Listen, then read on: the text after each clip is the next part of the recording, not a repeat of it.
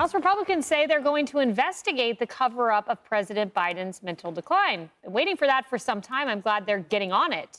Democrats are now facing questions on Biden's mental fitness after the two new books that revealed stunning details about the cover-up.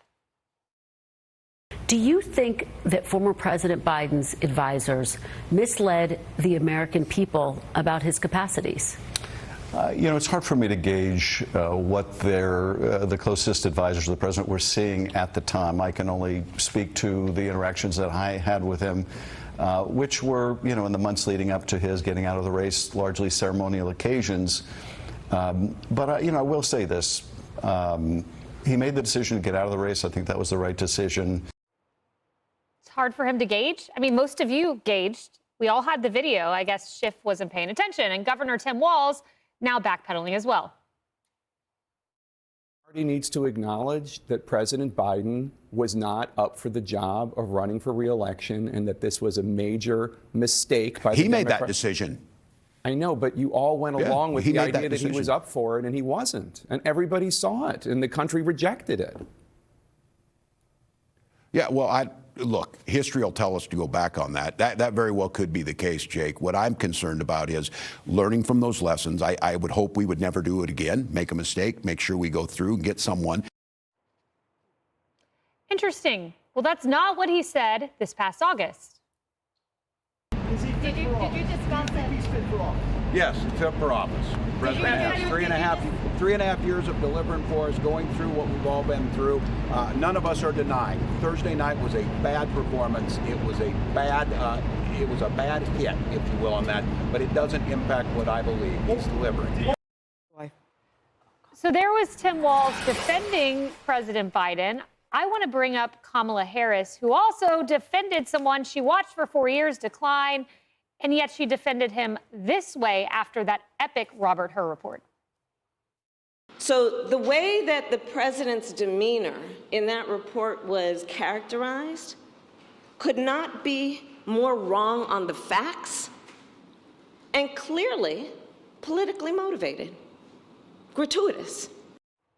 Emily, they defended Biden categorically and fervently, and now you have Tim Walz backing away. What, because he wants to run for president? Of course, and because it's now so obvious that what we are learning is the extent of the cover-up, and it's even more shocking than we thought. I want to focus for a minute, because as we've talked about, well, what next? What does that accountability look like? And we hope we see some. Congress is going to haul in some people and actually drill down deep into what was said and when. And I want to point out, for one, Dr. Kevin O'Connor's the White House physician, who maintained over and over and over again how fit and how mentally acute that President Biden was. There's a lot to answer for here. And just remembering this one fact, that in the span of 9 months, there was a Parkinson's specialist, also a Kevin Kennard, a physician, that visited President Biden 8 times. Mm-hmm. So 8 times a Parkinson's specialist visited the president in the span of 9 months. And when asked about it at the time, Dr. O'Connor said, "Oh, no, nothing to see here.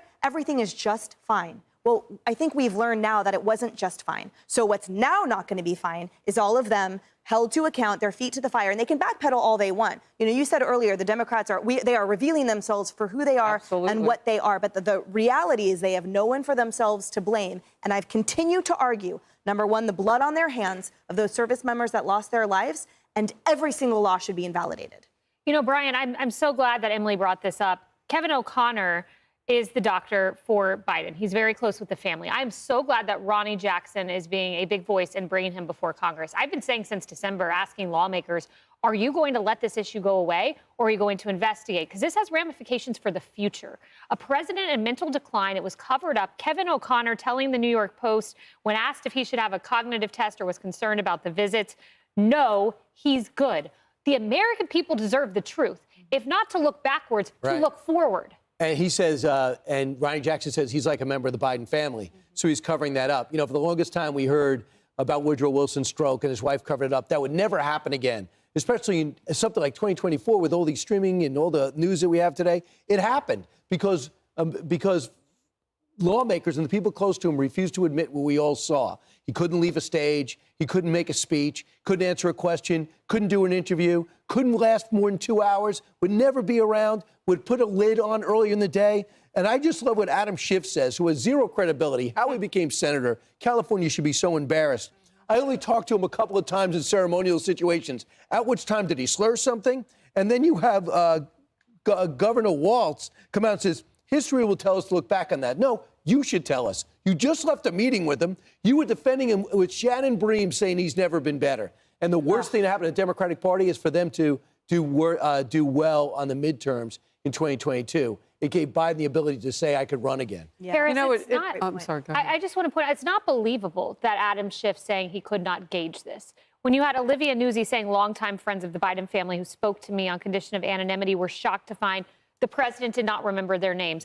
When you have Eric Swalwell coming out in that new book from Jonathan Allen saying, we detail, for instance, Congressman Swalwell, who was there looking at him. They came face to face at a picnic. The congressman had to cue Biden as to who he was. He ran against Eric Swalwell in a primary. And we're to believe that Adam Schiff just couldn't gauge anything? He's just this innocent man walking around? Look, the reports are that Eric Swalwell was pretty intimately close with a Chinese spy. I'm not going to accuse the man of being that observant. I will say this, though. On July 13th, 2024, about 4.5 hours before President, then candidate, Donald Trump was shot, and it didn't do the damage that would-be assassin intended. Just before that, I was at Mar-a-Lago interviewing him. And I said, and this is on camera as part of that interview, I don't know if people caught it right then, but I said, look, what was it like to stand next to Joe Biden on that stage on June 27th? And he said, he couldn't do it. He couldn't do it. He said, I knew then there was something wrong with him. He wasn't himself. And he went on to kind of detail that. I should clip it and put it up in social media again, because I knew then, I'm like, look, if your opponent thinks that you can't do it and go forth, certainly the party knows it. Certainly those people who, I mean, again, are these people just non-observant? Do they not have any observing? His wife and son. Right. Observation skills. Hello. I mean, it's the giant elephant in the room. It's Joe Biden tripping again. It's him not being able to finish his sentences. It's all the things. Donald Trump could see it. Roseanne, I think the world could see it. Well, you know, think about after the debate between Donald Trump and Joe Biden, Jill Biden came out and said, didn't he do great? He remembered all the answers to the questions. And that he had a cold. Are we in grammar school? What is this? This is not a... As someone who was taking care of someone, a family member with mental decline, months ago, years ago, I was looking at Joe Biden and I said, he's got that look in his eye that I've seen before. And everybody knew it. They thought they could pull the wool over America's eyes, but then it just became too apparent.